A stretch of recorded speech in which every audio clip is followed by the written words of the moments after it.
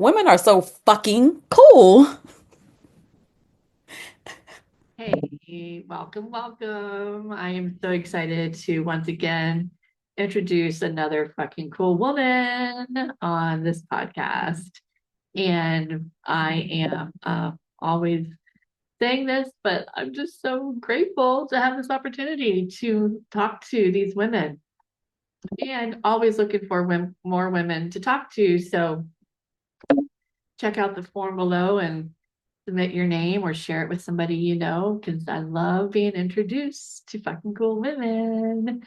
My name is Joanne Morton, and if you're a first time listener, welcome. And if you come back for another episode, thank you.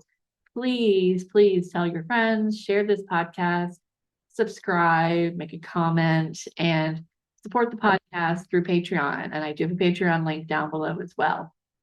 This is becoming a bigger project at some point.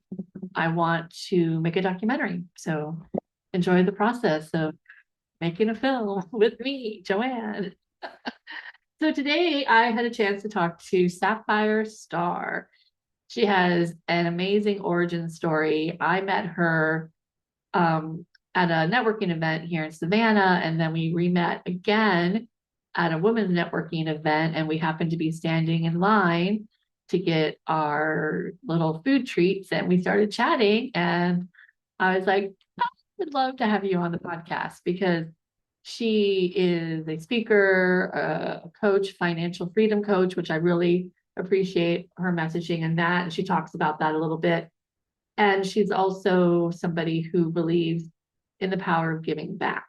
And as FCWs, that's what we all do. We all are giving back, and we're all about respecting, encouraging, and celebrating each other. So I think you're going to enjoy this conversation. And again, if you're interested in learning more about this podcast, you can go to fcwsociety.com and reach out to me. All right, here we go. Here is Sapphire Starr. Well, it's that time again. I get to talk to another fucking cool woman, and I am grateful. Today, I'm talking with Coach Sapphire Starr. Hey, Sapphire. Hi, Joanne. Yeah, thanks for coming in. So I already told them how we met. We got to talking in a line, which is the best place to talk to some women sometimes, right? How many friendships have started because you're standing in a line, right? Yes. So So many. so many. So we're just gonna jump right in because I can't wait to hear what you have to say. So what's the definition of a fucking cool woman? First of all, thank you so much for having me here. And I don't know why, it's something about those three words that just elicit a joyous response in my body, my mind, and my soul. So when I hear it, it instantly makes me giggle. It instantly think of as like a little child getting to say the F word. But for me, what makes a fucking cool woman is a woman that is free. A woman that is free to be who she authentically is. A woman that is free to speak her mind. A woman that is free to be herself. That's how I would define a fucking cool woman. Yeah, yeah, it's true. And what sort of qualities or what does a woman what does a FCW do in order to know that freedom? What sort of qualities do you think she might have? She's someone on the outside, she may appear confident. She will appear to almost be whimsical in the sense as she walks down the street, as she enters the room. She creates this vibration, this energy without opening her mouth. And I know for some women, that's not something you just wake up one day and you have this je ne sais quoi about yourself. It doesn't just happen. And I do believe that when we've gone through the fire, when we've gone through traumatic experience, when we've gone through difficult things in life, and we're able to go through the fire and come out on the other side, that creates something in us that just illuminates. But the reality is, we've gone through some things to get there. So it's not always easy. And some women just have a very hard time really discovering who they are and how to be. But I do think that we can find joy and we can find light in the darkest times of our lives, because what it does when we do go through dark times in life, it allows us to really fully appreciate that light. And once we appreciate that light and we own that light, we can walk in that light. And then when we show up and we walk in rooms, people can see it, own it, and feel it too. Yeah. It's we know how to feel the fear and Yeah, do it anyway. do it anyway. Absolutely. Yeah, I Absolutely. really do. Yeah, that there is fear that slows us down. I think especially as a mother, Yeah. you have to feel all that fear if you're about to give birth to a child, because that is the biggest let go of the fear and do it anyway that I think women can do. Yeah. Yeah. Yeah. And then when you are responsible for someone else, it has a tendency to make you fearless, because you're like, oh, I would do whatever to protect someone else, even if it's at my own demise. So as a woman, we have those nurturing and caring instincts just naturally about us. Whether you have a kid or not, you still have that in you to give to the world, to give who you are to other people, whether you birth them or not. It's just naturally who we are as women, to be caring and nurturing and loving. Right, right. And then it's fucking cool when we also recognize that it's our responsibility to take care of ourselves too. It's that Amen. balance, you know? Self-care is the best care. It goes back to that airplane analogy. You Mhm. know, you have to put your mask on first. You're no good to no one around you if you're suffering, if you can't get out of the bed because you're crippling fighting with depression. You have to be your 1000% best self.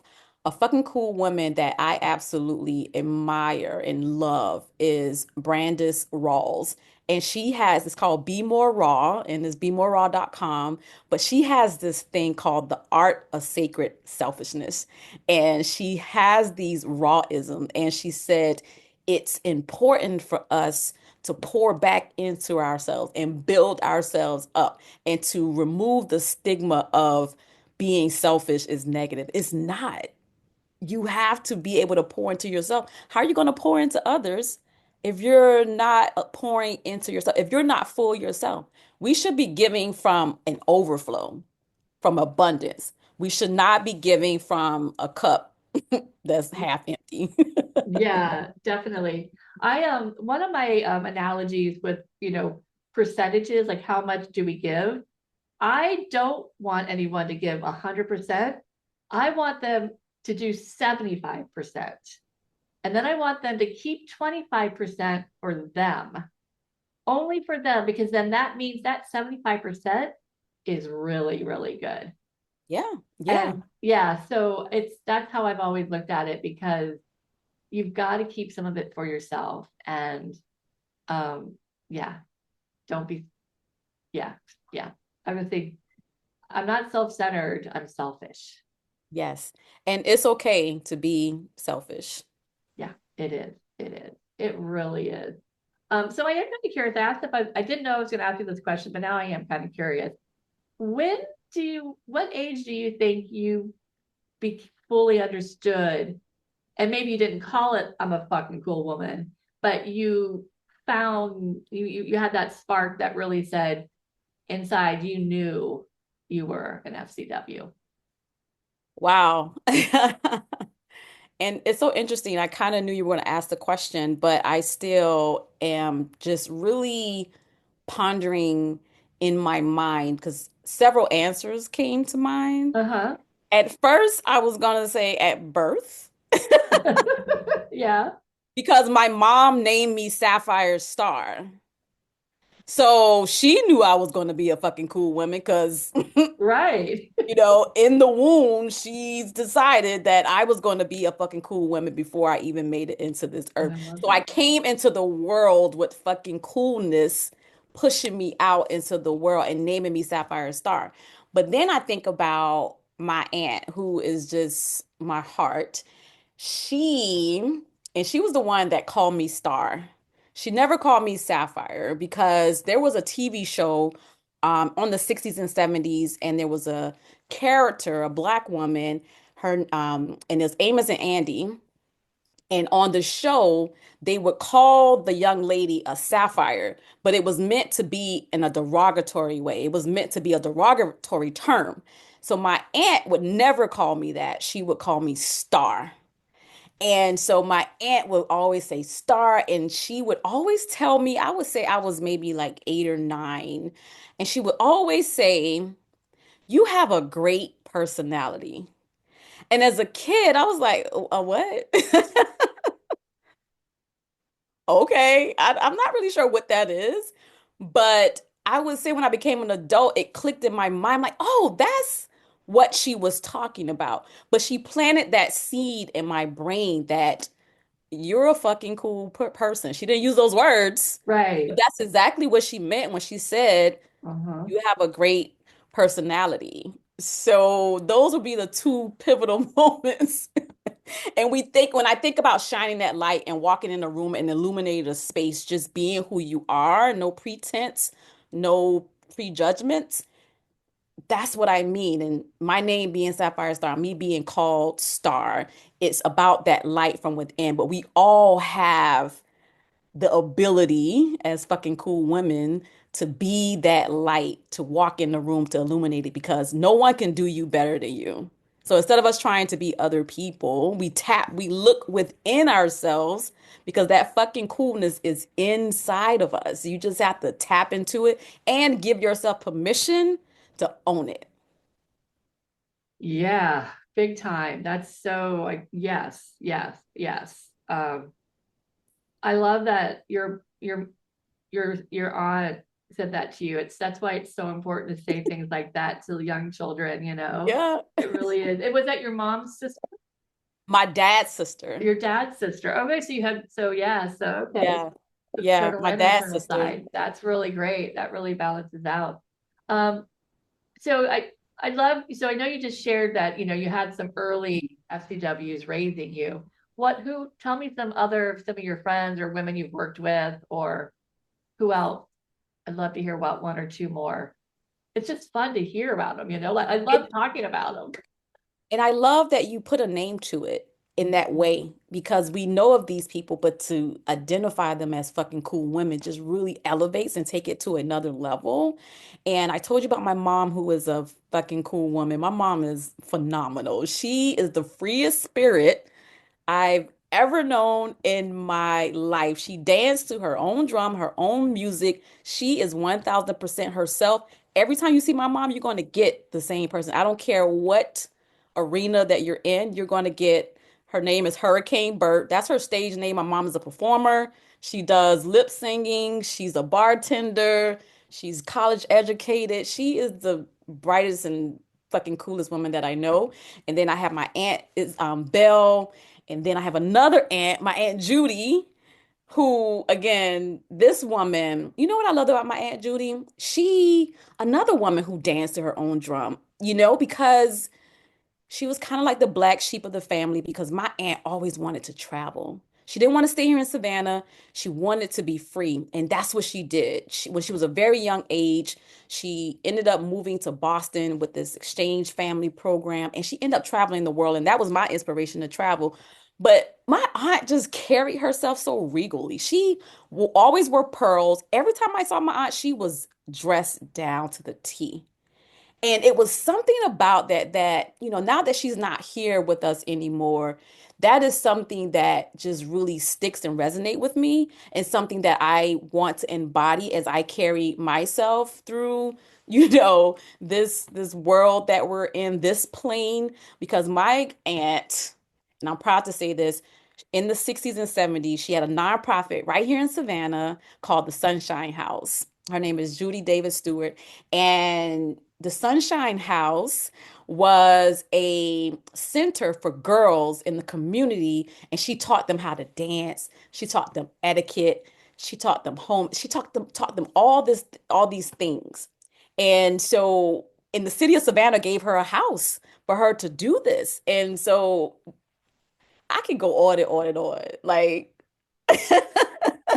and I talked about Brandis Rawls. She's a fucking cool woman. I could tell you about a woman I met in Mexico because I'm a transformational speaker, but my speaking journey, I was never a confident person when it came to public speaking. I was very terrified of speaking on stages, speaking in person in front of people. I remember I was living in Playa del Carmen, Mexico, and her name is Leticia, and she's a Romanian Canadian. And I remember we would go to yoga class together. And after yoga, we would go downstairs at the spa and then we would just all have tea and talk. And she was like, "You should come to a Toastmasters meeting." And I was like, "No, I'm not. I don't want to get on stage and talk to people." And she was like, "No, you should come."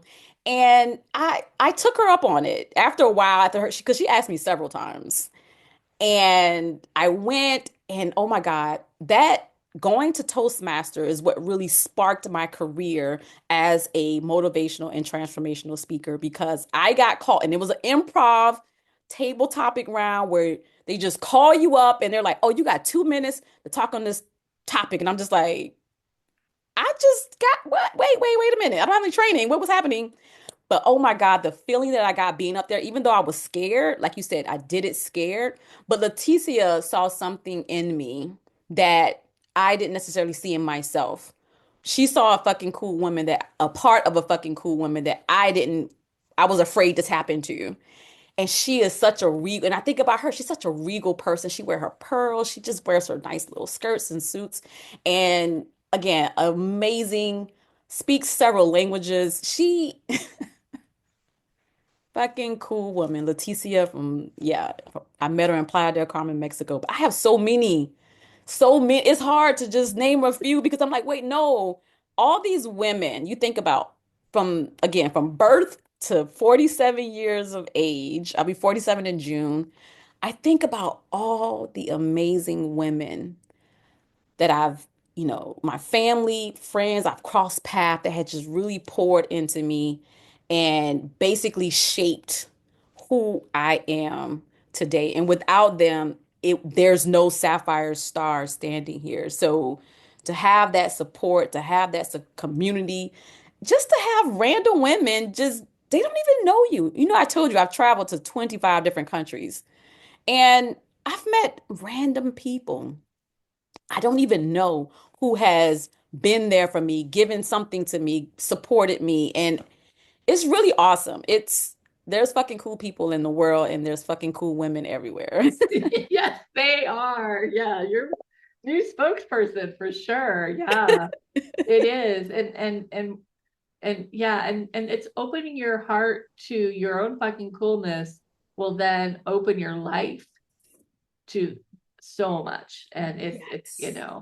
and not to say that there aren't people out there doing things, but Yeah. are we can there are solutions and we will, I know we're yeah, I know who Yeah. the what the outcome is moving into. So and that I think this goes back to this goes in really great because I really like having a brief conversation about respect and courage and celebrate. Yes. I mean, so you're traveling, you're working, you respect people, they respect you back, you encourage people, encourage back. So tell me a little bit about how you do incorporate these things with with your clients and just in general. Yes, absolutely.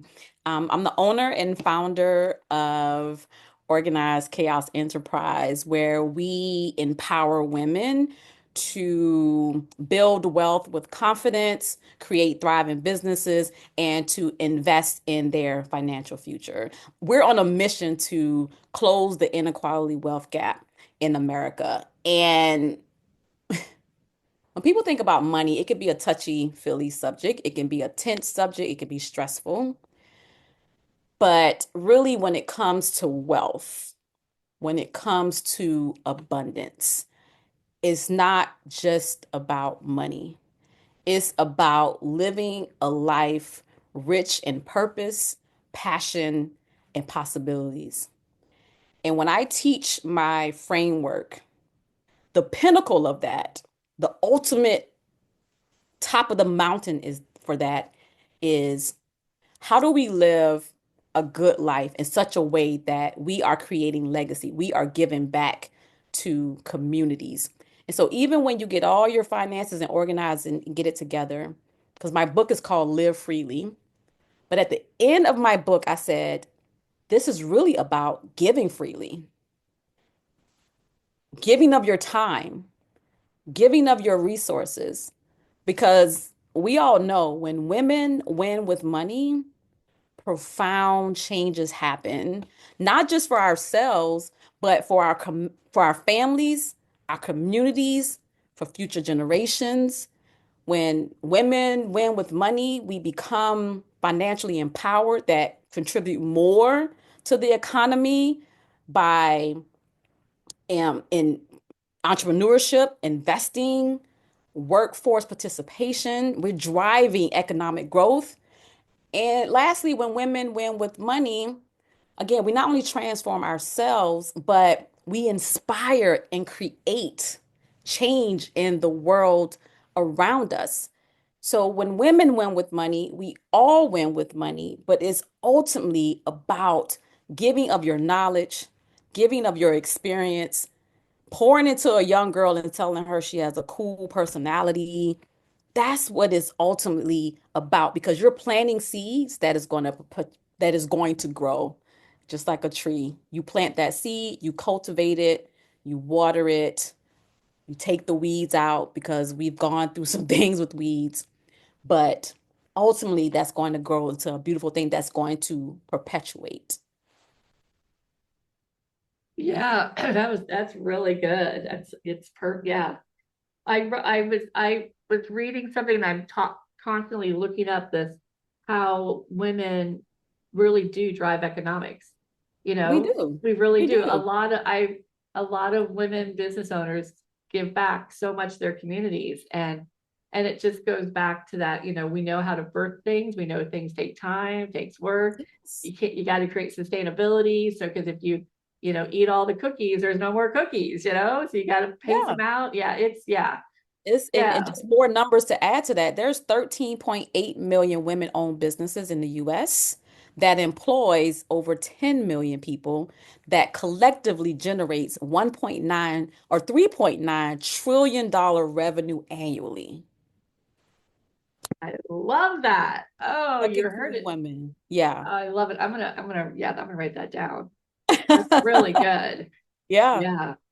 Wow. Okay. Well, I have a lot. I want to talk to you off camera.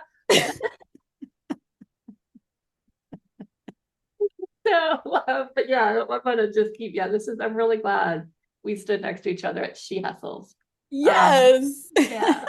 And I'm really So glad you invited me to be a fucking cool woman and yes, to be a yeah, member of the fucking cool woman society. Like, yes. I'm just, you really can't tell me nothing now. Good. Well, I want to just close it. You're going to have the last word. Is there anything you want to, any last, little tidbit, piece of wisdom, anything you want to share to close this episode? Yes. I will say I talked about earlier about what it looks like to be a fucking cool woman, and I talked about life and journey. And one thing that helped me boldly walk into my purpose, who I am, and just truly owning it is finding my voice. I think it's important as women that we find our voice and we speak as loudly as we can to share our stories to empower others. Your story matters. I don't care what it is. Your story matters, and you have the power to impact and change people once you find your voice and you be authentically 1000% who you are because you matter.